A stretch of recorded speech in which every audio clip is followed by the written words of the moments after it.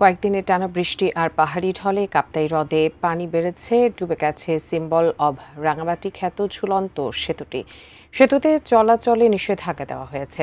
বিস্তারিত জানিয়েছেন রাঙামাটি প্রতিনিধি ইমতিয়াজ কামাল ইমন।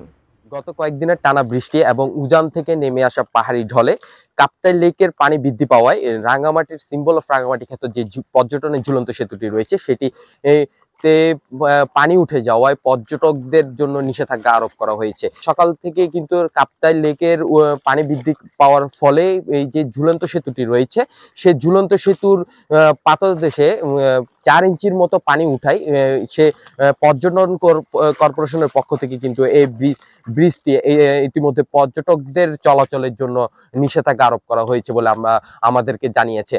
পর্যটন কর্পোরেশন বা পর্যটক কর্তৃপক্ষের কাছ থেকে এখনো পর্যন্ত এই ব্রিজটি সংস্কারের কোনো উদ্যোগ গ্রহণ করা হয়নি। সর্বশেষ একটি কথা জানিয়ে রাখতে চাই, রাঙামাটির যে জলবিদ্যুৎ কেন্দ্র রয়েছে সেই জলবিদ্যুৎ কেন্দ্রের 8টি জলপ্রপাত রয়েছে।